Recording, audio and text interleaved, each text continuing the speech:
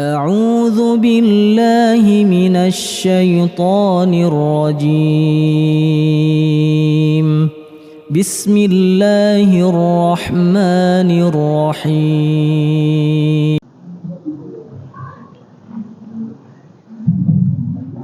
بسم الله. السلام عليكم ورحمة الله وبركاته. Innal hamdalillah nahmaduhu wa nasta'inuhu wa nastaghfiruh wa na'udzu billahi min shururi anfusina wa min sayyiati a'malina. Man yahdihillahu fala mudilla lahu wa may yudlil fala hadiya lahu. Asyhadu an la ilaha illallah wa asyhadu anna Muhammadan abduhu wa rasuluh. Allahumma shalli ala nabiyyina Muhammad wa ala alihi wa sahbihi wa man tabi'ahum bi ihsanin ila yaumiddin, amma ba'd. Qala Allah Ta'ala fil Qur'anil Karim, ya ayyuhalladzina amanu taqullaha haqqa tuqatih ittaqullaha haqqa tuqatih wa la tamutunna illa wa antum muslimun.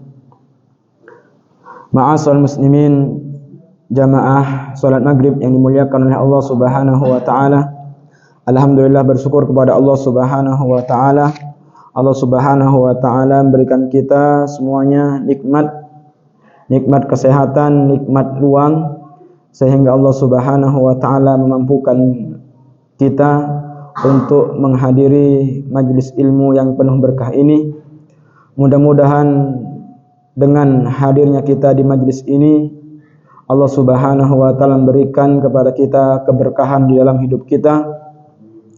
Allah Subhanahu wa Ta'ala mengabulkan hajat-hajat kita, hajat dunia dan di akhirat kelak. Amin Allahumma amin. Salawat serta salam semoga tetap tercurahkan kepada Nabi kita Muhammad sallallahu alaihi wasallam, kepada keluarganya, kepada sahabatnya, dan orang-orang yang senantiasa istiqamah mengikuti jejak beliau sampai hari kiamat kelak. Ma'asal muslimin, jamaah salat maghrib yang dimuliakan oleh Allah Subhanahu wa Ta'ala. Pada malam hari ini kita akan melanjutkan kajian rutin kita, yaitu mengkaji kitab yang dikarang oleh Al-Imam Bukhari rahimahullahu ta'ala, yaitu kitab Al-Adab Al-Mufrad, yang mana pada pertemuan kali ini kita sampai pada bab, yaitu babu ardil Islam alal ummin nasraniyah. Bab tentang menawarkan Islam kepada ibu yang Nasrani. Ketika kita memiliki orang tua yang masih kufur, baik agama Nasrani, agama Hindu atau Yahudi dan sebagainya, maka di antara bentuk berbakti seorang anak kepada kedua orang tuanya yang masih kafir, hendaklah dia menawarkan Islam kepada orang tuanya. Menawarkan Islam kepada orang tuanya. Karena antara Islam dan kufur ini tidak akan bertemu nantinya. Orang yang kufur akan berada di nerakanya Allah Subhanahu wa Ta'ala dan kekal di dalamnya. Adapun orang-orang yang beriman, orang-orang Islam, berada di surganya Allah Subhanahu wa Ta'ala. Sehingga seorang anak yang berbeda agama dengan orang tuanya, maka di akhirat kelak tidak akan bisa bertemu. Kemudian athar yang dibawakan oleh Imam Bukhari rahimahullahu ta'ala dalam bab ini, bab ardil Islam alal ummin nasraniyah, bab tentang menawarkan Islam kepada ibunya yang Nasrani, yaitu an Abi Hurairah qol, dari sahabat Abu Hurairah qol, beliau mengatakan, ma sami'a bi ahadun yahudiyyun wala nasrani, tidaklah ada seorang yang mendengar tentangku, baik itu orang Yahudi wala Nasrani, dan tidak pula orang Nasrani, illa ahabbani, kecuali dia akan mencintaiku. Inna ummi kuntu uriduha al-Islam, sesungguhnya ibuku aku menginginkan untuk masuk Islam. Fata'ba, kemudian ibuku enggan untuk masuk Islam.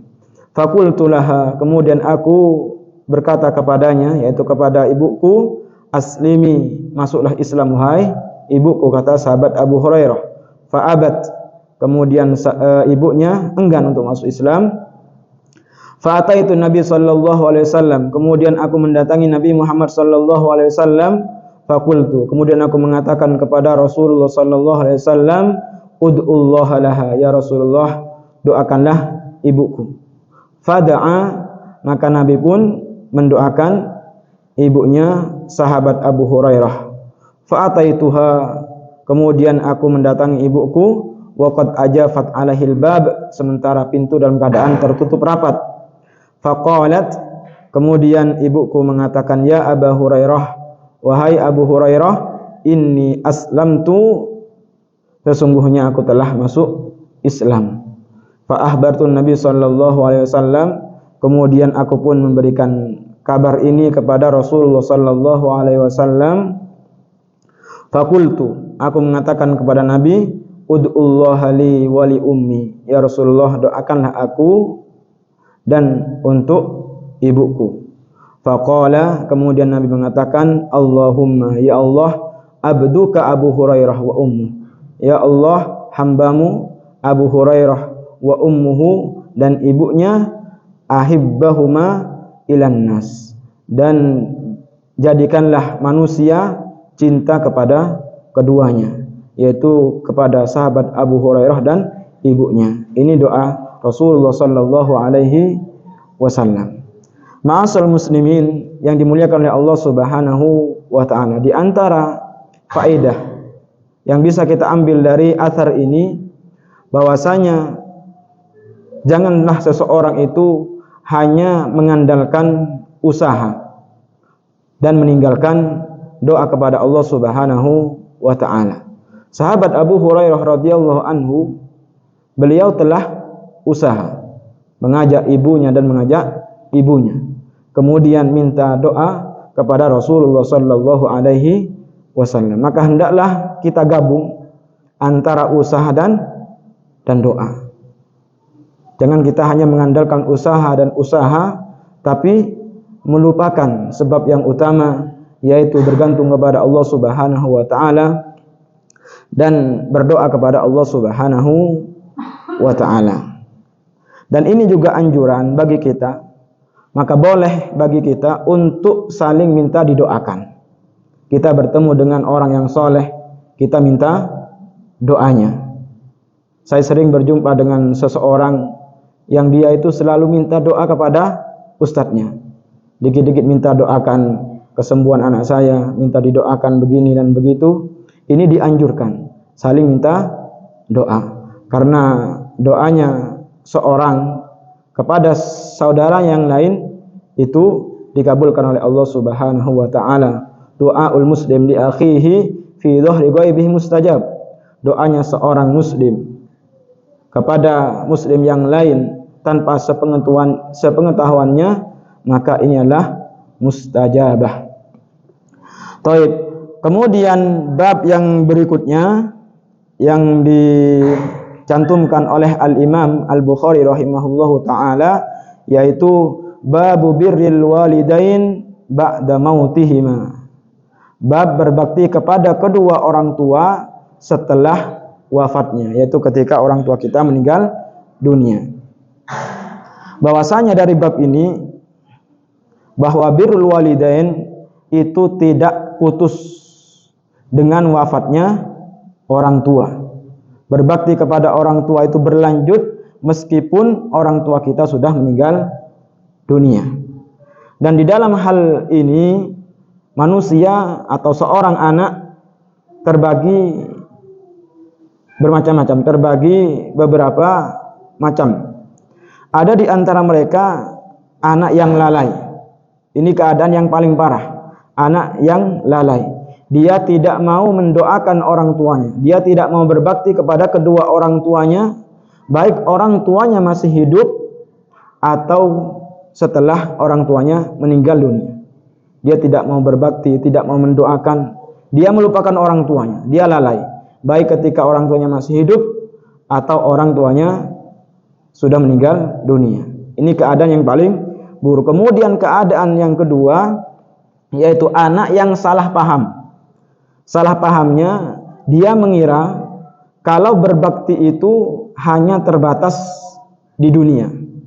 Ketika orang tuanya masih hidup, dia itu anak yang paling rajin berbakti kepada kedua orang tuanya. Karena dia beranggapan berbakti itu hanya ketika dalam pergaulan sehari-hari, ketika bermuamalah sehari-hari di rumahnya, di lingkungan sekitar. Ketika orang tuanya meninggal dunia, maka dia sudah tidak mengingat orang tuanya, tidak mendoakan, tidak bersedekah atas nama orang tuanya lain sebagainya. Tapi keadaan yang paling sempurna adalah seorang anak yang diberi taufik oleh Allah Subhanahu wa taala, dia berbakti kepada orang tuanya, baik orang tuanya masih hidup, terlebih ketika orang tuanya sudah meninggal dunia. Ma'asyiral muslimin yang dimuliakan oleh Allah Subhanahu wa taala. Keadaan yang ketiga ini adalah keadaan yang paling bermanfaat untuk orang tuanya yang sudah meninggal dunia. Sebagaimana athar dari sahabat Abu Hurairah,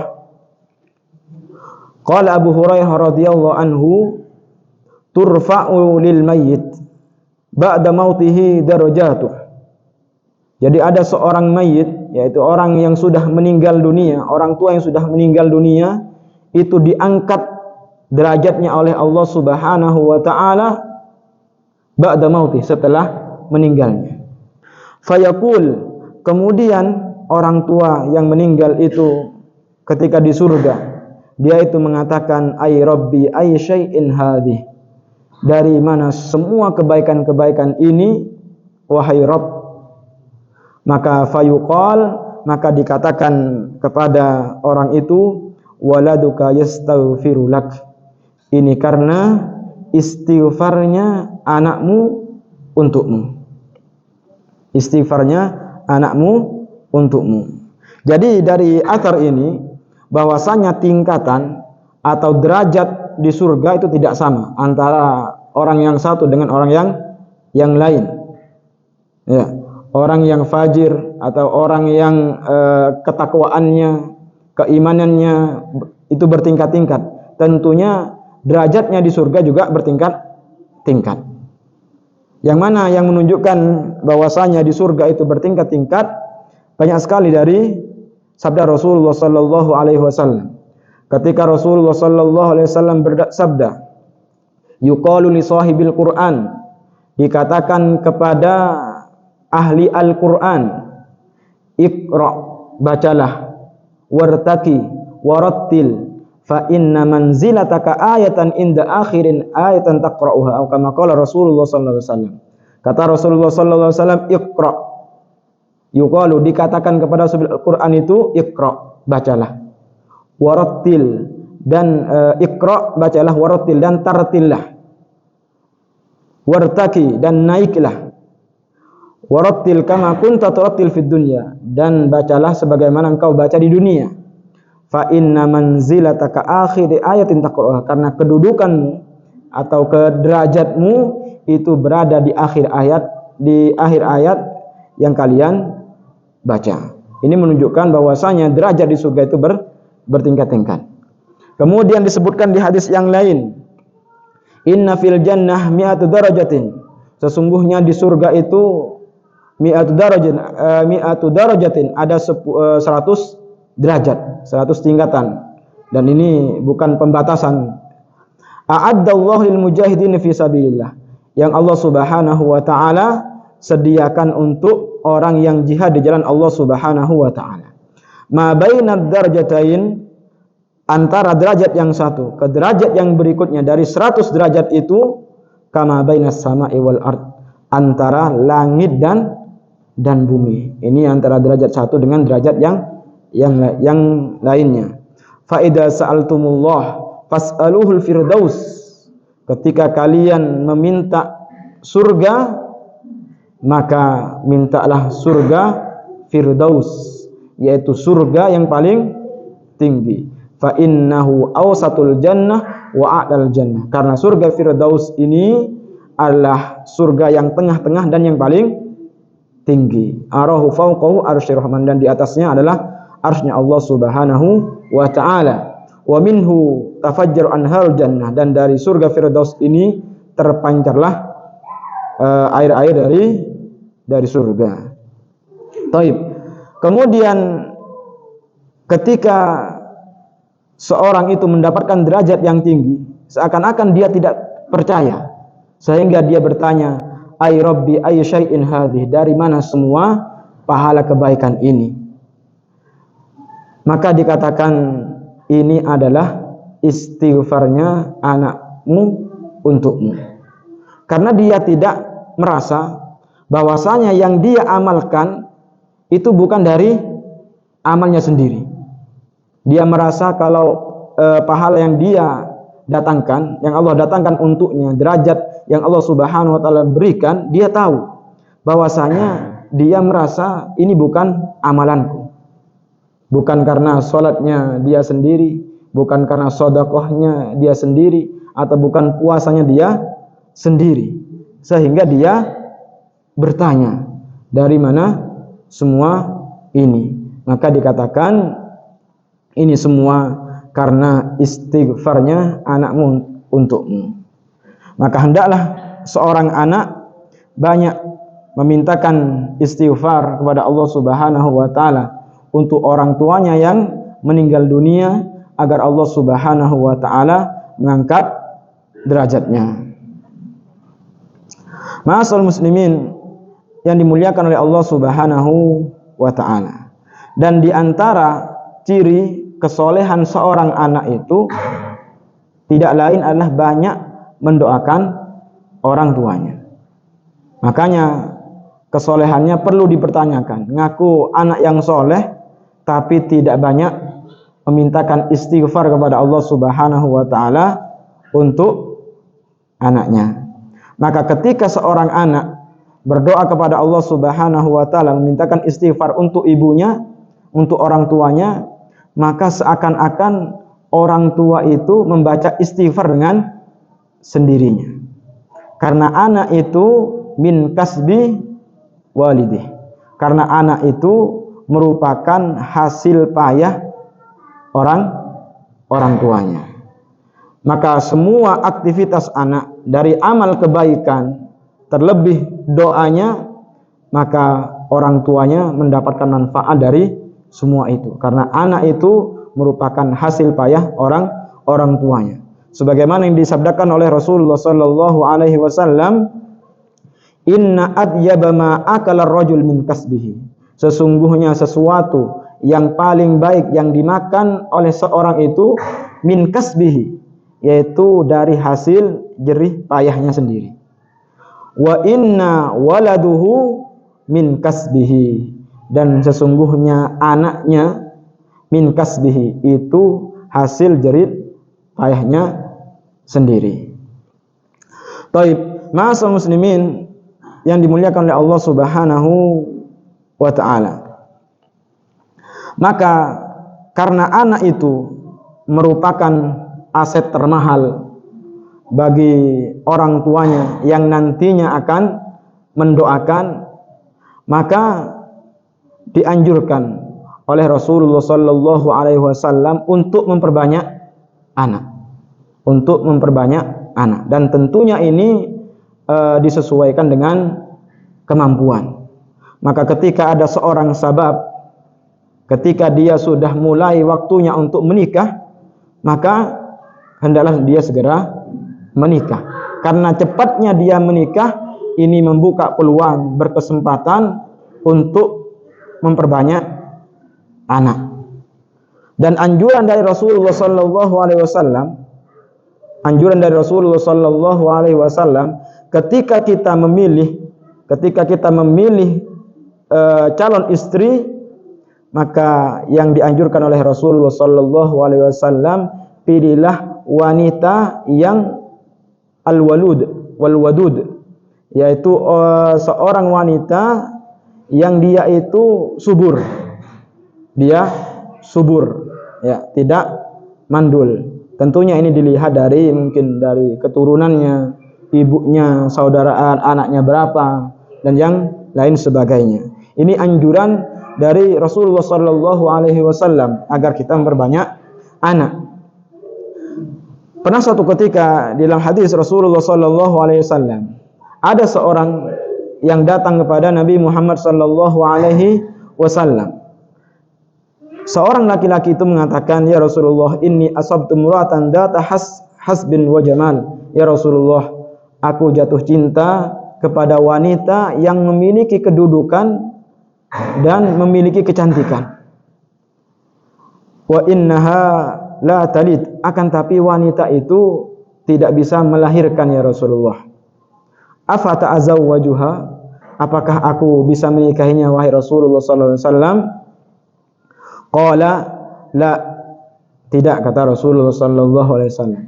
Kemudian laki-laki itu datang yang kedua kalinya, tetap Rasulullah sallallahu alaihi wasallam melarangnya untuk menikah dengan wanita yang tidak memiliki kesempatan untuk punya anak. Kemudian datang yang ketiga kalinya, maka Rasulullah sallallahu alaihi wasallam bersabda, "Tazawwaju al-wadud wal walud." Nikahilah oleh kalian wanita al-wadud. Al-wadud adalah wanita yang memiliki kasih sayang. Memiliki kasih sayang, mungkin keibuan dan lain sebagainya. Wal walud adalah wanita yang subur. Wanita yang subur, ya. Fa inni mukatsirun bikumul umam. Karena aku berbangga dengan banyaknya umatku besok pada hari kiamat. Itu kata Rasulullah sallallahu alaihi wasallam. Karena memiliki anak adalah karunia yang besar dari Allah Subhanahu wa taala. Karena anak ini aset termahal bagi orang tuanya. Ketika dia memiliki banyak anak, berarti dia memiliki potensi, berpeluang semakin banyak anak-anak yang mendoakan dia ketika dia meninggal dunia. Terlebih anaknya menjadi anak yang soleh dan solehah. Tidak seperti fenomena sekarang, banyak orang-orang itu, para wanita yang telat menikah atau bahkan tidak mau menikah. Dia sibuk kerja. Alasannya menikah itu ribet, harus ngurusi suami dan sebagainya. Dia memiliki keyakinan mempunyai anak itu juga ribet dan lain sebagainya. Dia salah paham tentang hal ini. Justru keribetan itu sebanding dengan keutamaan yang Allah berikan kepadanya. Maka kita perhatikan orang yang enggak memiliki anak, yang sengaja untuk tidak menikah, maka di masa tuanya dia terlunta-lunta, tidak ada yang merawatnya. Karena beda ketika yang merawat itu anak dengan orang lain atau bahkan saudaranya. Maka nikmat anak ini anugerah yang sangat besar. Jangan kita mencukupkan anak cuman dua anak cukup. Ini tidak cukup, apalagi kita yang diberi kemampuan oleh Allah Subhanahu wa taala. Makanya KB itu kalau dia KB-nya itu permanen, mungkin diapakan gitu sehingga itu dipermanenkan nggak punya anak, maka ini hukumnya haram. Tapi kalau KB-nya untuk mengatur jarak, ya, karena mempertimbangkan kesehatan ibunya atau kemaslahatan anak yang masih kecil dan sebagainya, maka ini tidak masalah. Yang dilarang itu dia itu KB secara permanen. Dengan apa caranya? Wallahu a'lam bishawab. Baik, ma'asal muslimin yang dimuliakan oleh Allah Subhanahu wa taala. Kemudian berikutnya Al-Imam Bukhari rahimahullah taala membawakan athar yang sama dengan yang berikutnya, yaitu qala Muhammad bin Sirin, berkata Muhammad bin Sirin, kunna inda Abi Hurairah, aku berada di sisi sahabat Abu Hurairah lailatan, pada suatu malam. Faqala, kemudian sahabat Abu Hurairah mengatakan, Allahumma ufir li Abi Hurairah, wali ummi wali man istaghfar lahuma. Ya Allah, ampunilah li Abi Hurairah, untuk Abi Hurairah. Ini doanya Abu Hurairah sendiri. Wali ummi, dan ampunilah ibuku, wali man istaghfar lahuma, dan ampunilah orang yang memintakan ampun kepada Allah Subhanahu wa taala untuk Abu Hurairah dan ibunya. Faqala li Muhammad, maka berkata kepadaku Muhammad, kata sahabat Abu Hurairah, fanahnu nastaghfiru lahuma, dan aku memintakan istighfar untuk Abu Hurairah dan ibunya agar aku masuk ke dalam doanya sahabat Abu Hurairah. Karena Abu Hurairah mendoakan ibunya, mendoakan dirinya, ibunya, dan orang yang mendoakan Abu Hurairah dan ibunya. Kalau kita mendoakan sahabat Abu Hurairah dan ibunya, maka kita masuk ke dalam doanya sahabat Abu Hurairah itu sendiri. Dan ini menunjukkan bahwasanya doa kita kepada orang yang sudah meninggal dunia itu bermanfaat. Doanya orang yang hidup kepada orang yang meninggal dunia meskipun bukan anaknya, maka ini bermanfaat, yaitu sesama orang-orang Islam dan sesama orang-orang yang beriman. Dalilnya firman Allah Subhanahu wa taala, walladzina ja'u min ba'dihim yaquluna rabbana ighfir lana wa li ikhwanina alladzina sabaquna bil iman wa la taj'al fi qulubina ghillan lil ladzina amanu rabbana innaka ra'ufur rahim. Walladzina, dan orang-orang ja'u min ba'dihim, yang datang setelah mereka, yaqulun, mereka mengatakan, rabbana, wahai Tuhan kami, rabbana ighfir lana, ampunilah kami, wali ikhwanina, dan ampunilah saudara-saudara kami, alladzina sabaquna bil iman, yang telah mendahuluku atas keimanan, wala taj'al fi qulubina, dan jangan jadikan fi qulubina, di dalam hati-hati kami, ghillan, benci, dongkol, iri, lilladzina amanu, terhadap orang-orang yang beriman. Rabbana innaka ra'ufur rahim, ya Rabb kami, sesungguhnya engkau maha penyantun lagi maha penyayang.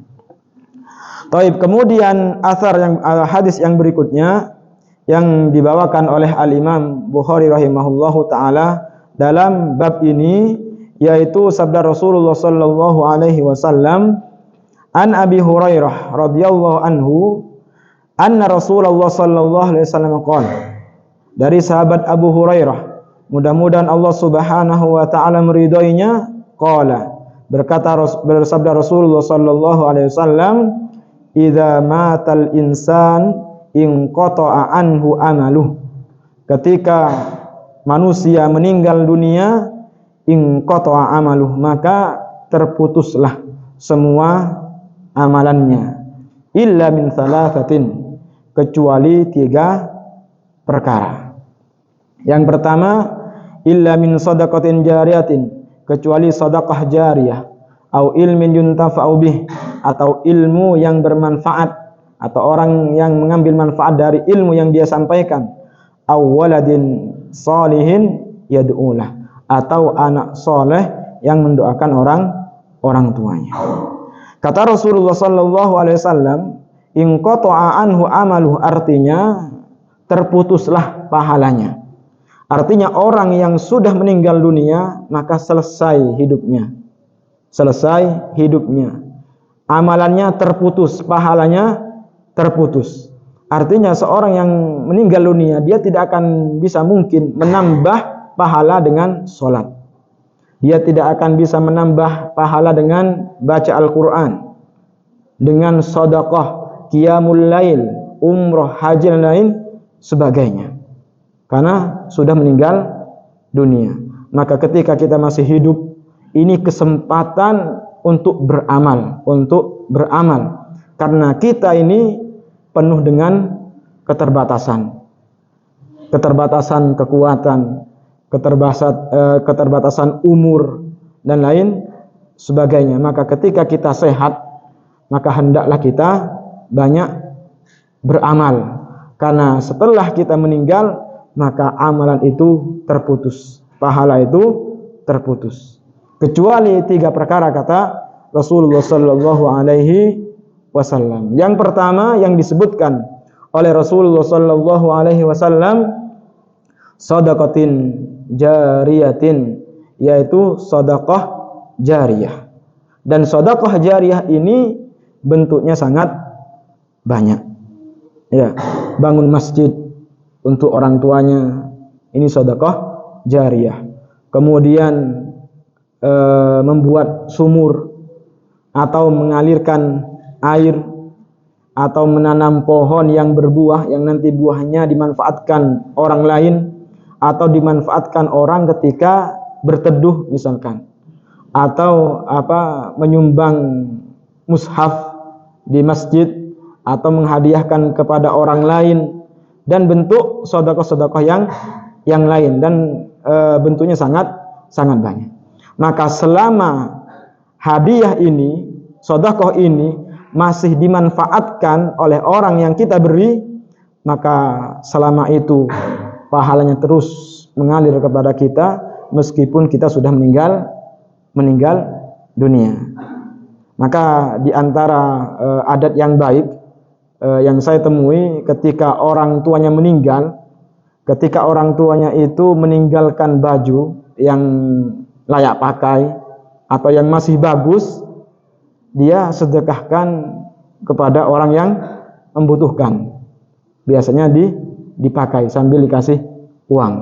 Maka selama baju itu dipakai, maka orang tuanya mendapatkan aliran pahala dari sedekah baju itu. Ini keutamaan dari sedekah jariyah. Kemudian yang disebutkan oleh Rasulullah SAW yang kedua, au ilmin yuntafa'u bih, yaitu ilmu yang bermanfaat. Ilmu yang bermanfaat. Ada dua orang. Yang pertama orang yang alim, orang yang faqih. Maka ini bisa pahalanya atau ilmunya ketika mereka sampaikan kemudian diamalkan oleh orang lain, maka sebanyak orang yang mengamalkan, dia itu akan mendapatkan aliran pahala ketika dia meninggal dunia. Maka alangkah besarnya orang-orang yang memulai ngaji anak kecil, seperti guru TPQ misalkan. Sebelumnya anaknya nggak ngerti apa-apa, diajari dari alif ba ta misalkan sampai surat Al-Fatihah. Kemudian anak itu sampai bisa dan lancar baca Al-Quran. Maka sebanyak itu dari santri itu, ketika dia membaca surat Al-Fatihah, membaca Al-Quran, yang dia itu bisa baca Al-Quran dari ustadznya, maka sebanyak itu ustadznya itu mendapatkan aliran pahala. Makanya kalau kita punya anak, maka hendaklah kita berlomba-lomba untuk mengajari anak kita paling tidak Al-Fatihah. Karena surat Al-Fatihah ini selalu dibaca ketika sholat 5 waktu. Jangan sampai orang tua didahului oleh orang lain dalam mengajari anak Al-Fatihah. Biar orang tua itu tidak hilang kesempatan pahala setiap bacaan dari Fatihahnya anak ini. Terkadang orang tua nggak peduli sampai anaknya itu bisa Al-Quran dari orang lain, atau bisa baca Al-Quran dari YouTube. Kan anaknya sering kadang lihat YouTube, ya. Karena saking pekanya dia hafal surah Al-Fatihah dari YouTube. Ini siapa Pak yang dapat pahala? Ya. Mungkin konten kreatornya mungkin. Ya, maka hendaklah berlomba-lomba untuk ngajari anak kita. Atau bahkan kalau kita bukan orang yang alim, maka tetap memiliki kesempatan untuk menyebarkan ilmu. Ketika kita menyebarkan pesan-pesan baik, hadis-hadis Nabi Muhammad SAW di grup-grup WA misalkan, grup WA keluarga, grup WA teman, di perumahan dan sebagainya, selama enggak dilarang, sebarkanlah kebaikan itu. Barangkali ketika kita nyebarkan flyer hasil rangkuman ngaji dan lain sebagainya, kita sebarkan, kemudian ada orang yang mendapatkan hidayah dengan share-sharannya kita, dengan status-status kita, maka selama Allah Subhanahu wa taala memberikan taufik oleh sebab kita, maka ketika kita meninggal dunia, ilmu kita akan bermanfaat, yaitu ilmun yuntafa'u bih, yaitu ilmu yang bermanfaat. Kemudian yang ketiga, waladin sholihin yad'ulah, yaitu anak yang soleh yang mendoakan orang tuanya. Maka di sini walad ini diikat oleh Rasulullah SAW, waladin sholihin, yaitu anak yang soleh. Adapun anak yang tidak soleh, bagaimana dia mau mendoakan orang tuanya? Tentunya orang yang tidak soleh dia akan melupakan orang tuanya, yaitu anak yang soleh yad'ulah, yang kedua, yaitu yang mendoakan orang tuanya. Makanya tidak dikatakan anak yang soleh ketika dia tidak mau mintakan doa kepada Allah Subhanahu wa taala atas orang tuanya. Makanya memiliki anak yang soleh ini tidak mudah, butuh tarbiyah, butuh kesabaran untuk mendidiknya, butuh banyak didoakan. Atau mungkin ketika anak sudah mulai memasuki usia yang harus mondok, maka hendaklah kita memilihkan pondok yang bagus. Kalau bisa kita survei ke pondok ini, pondok itu dan sebagainya, agar kita tidak salah untuk menempatkan anak kita di pondok. Karena anak ini aset kita yang paling berharga. Bagaimana kita meletakkan aset berharga di tempat yang tidak tepat? Ini hendaklah orang tua melakukan usaha-usaha ini, di samping banyak berdoa kepada Allah Subhanahu wa taala. Baik, ma'asal muslimin yang dimuliakan oleh Allah Subhanahu wa taala. Dan dari tiga hal ini, yaitu sedekah jariyah, kemudian ilmu yang bermanfaat, dan anak yang soleh, yang paling ditekankan adalah ilmu. Karena ilmu ini adalah manfaatnya yang paling lama. Ilmu ini manfaatnya paling lama. Kalau sedekah jariyah itu bisa jadi terputus. Misalkan kita sedekah sepeda motor misalkan ke masjid, maka motor itu lama-kelamaan akan rusak. Ya, sedekah baju, lama-kelamaan baju itu akan usang. Atau waladin sholihin, anak itu namanya manusia memiliki batas waktu. Mungkin anak meninggal dunia. Tapi kalau ilmu, maka ini masanya sangat lama. Ketika kita mengajari orang lain, kemudian orang lain yang banyak itu mengajarkan ke orang lain setelahnya, orang lain yang setelahnya mengajarkan kepada orang lain setelahnya, terus seperti itu. Makanya para ulama yang mereka rahimahumullah yang sudah ratusan tahun meninggal dunia, tapi seakan-akan mereka hidup, karena sering terus disebut. Al-Imam Bukhari rahimahullahu ta'ala, berkata Imam Bukhari dalam hadisnya sahabat Abu Hurairah, kemudian Al-Imam Syafi'i rahimahullahu ta'ala, Imam Nawawi rahimahullahu ta'ala, yang mana kitab-kitabnya seperti hari ini, yaitu kitab Imam Al-Bukhari rahimahullahu ta'ala, yang banyak dikaji di mana-mana, di masjid-masjid, di ta'lim ilmu, semuanya banyak yang mengkaji kitab ini. Maka ketika kitab ini dikaji, maka pahala terus, ribuan pahala mengalir kepada Al-Imam Bukhari rahimahullahu ta'ala.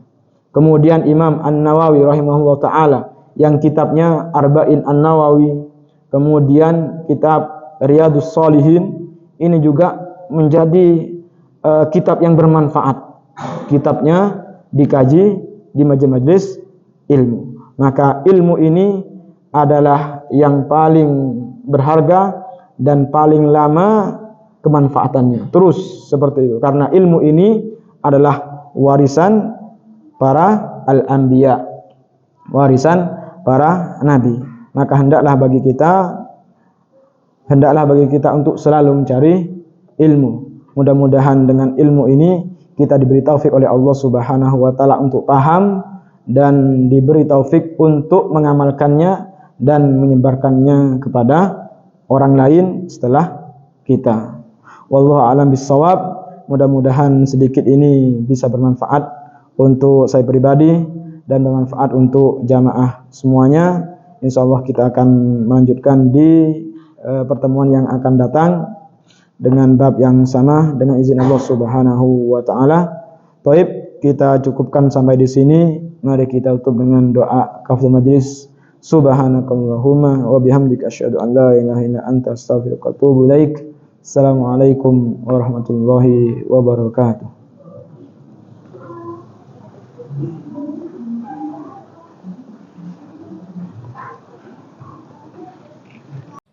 لئن شكرتم لأزيدنكم ولئن كفرتم إن عذابي لشديد